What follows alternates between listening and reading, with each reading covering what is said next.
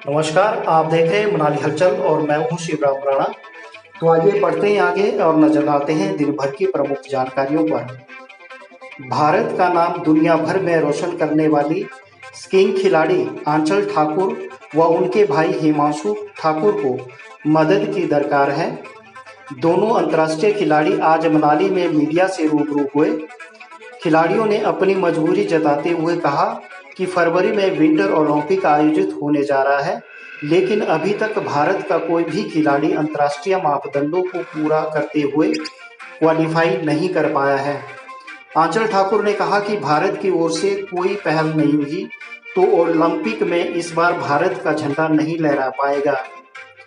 देश के प्रधानमंत्री नरेंद्र मोदी को सोलंगनाला में पैराग्लाइडिंग करवाने वाले रोशन ठाकुर की बेटी आंचल ठाकुर ने कहा कि इससे पहले परिजन ही उनका खर्चा उठाते रहे हैं, लेकिन कोरोना के कारण परिजनों की हालत भी उतनी अच्छी नहीं है।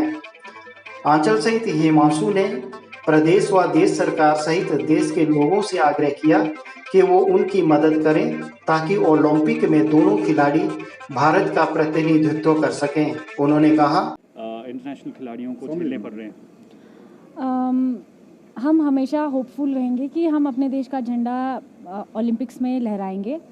अभी तक विंटर ओलंपिक्स का कोई भी विंटर स्पोर्ट्स का कोई भी एथलीट विंटर ओलंपिक्स के लिए क्वालिफाई नहीं हो पाया है, लेकिन हमारा सपना रहा है जनरेशन से, हमारी फैमिली का एक इंडिविजुअल सपना भी रहा है कि विंटर स्पोर्ट्स को इंडिया में प्रमोट भी करें। लेकिन एज एन एथलीट हम चाहते हैं कि ये, हमें लगता है कि हमारी ड्यूटी है, रिस्पॉन्सिबिलिटी है as a citizen of India as well as a winter sports athlete कि हम अपनी पूरी कोशिश करें कि हम विंटर ओलंपिक्स तक इंडिया को ले जाएं। और कोविड-19 की वजह से ऐसे ही 2 साल से हमारी प्रॉपर ट्रेनिंग नहीं हो पाई है, क्योंकि हम इंटरनेशनली ट्रैवल नहीं कर पाए, क्योंकि जो ओलंपिक्स के लिए हमें ट्रेनिंग चाहिए वो इंडिया में नहीं मिल सकती due to lack of infrastructure.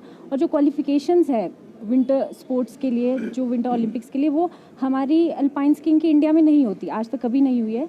तो इसीलिए हमें यूरोप जाना पड़ेगा। अभी बहुत इम्पॉर्टेंट है हमारे लिए कि हम यूरोप जाके एटलीस्ट 3 महीने की ट्रेनिंग लें और उसके बाद हमें एटलीस्ट 20 से 30 रेसेस खेलनी पड़ेगी, तब जाके हम 5 रेसेस में क्वालिफाई कर पाएंगे।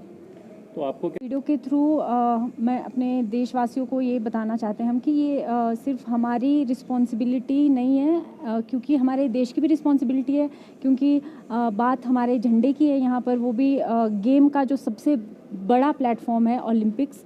तो मैं ये कहना चाहूँगी कि आज तक हमारे पेरेंट्स जितना हेल्प कर सकते थे हमारी इंडिविजुअली अपने लेवल पर, हमारी पूरी हेल्प की, लेकिन अब जो इतने कम टाइम स्पैम में हमें इतना ज़्यादा टाइम के लिए यूरोप में रहना पड़ेगा, अलग अलग देशों में ट्रैवल करना पड़ेगा ट्रेनिंग के लिए, और जो इंटरनेशनल एथलीट्स हैं उनके साथ कम्पीट करना पड़ेगा, उसके लिए बहुत ही ज़्यादा खर्चा लगता है। क्योंकि आई थिंक स्कीइंग अभी तक वर्ल्ड की उन गेमों में से आती है जो बहुत एक्सपेंसिव है। तो इस समय हमें अब अपने देशवासियों का सपोर्ट चाहिए कि हमें फाइनेंशियली सपोर्ट करें ताकि हम ट्रेनिंग के लिए जा सकें। हम सबसे पहले तो हम अल्पाइन स्कीयर है और इसमें 2 तरह के इवेंट्स होते हैं। तो क्योंकि इसमें जो हमारी जो किट्स होती है, स्कीइंग जो भी होता है, तो वो बहुत एक्सपेंसिव होता है। तो उसके साथ भी हम ट्रेनिंग के लिए जो कोचेज़ होते हैं वो भी एक्सपेंसिव होते हैं, और जो टॉप प्लेयरों के साथ हमको ट्रेनिंग करनी पड़ती है। तो आपको क्या लगता है कि इस वीडियो के माध्यम से आप एक अपील कर रहे हैं, क्या ये अपील है और किस तरीके की मदद आप चाह रहे हैं? हम चाहते हैं कि हमारे देशवासी हमारे को सपोर्ट करें और हम अपने देश का झंडा बीजिंग में लहरा सकते हैं। अगर फाइनेंशियली सपोर्ट नहीं हुई तो इस बार टीम इंडिया जो है वो इस विंटर ओलंपिक में भाग नहीं ले पाएगी?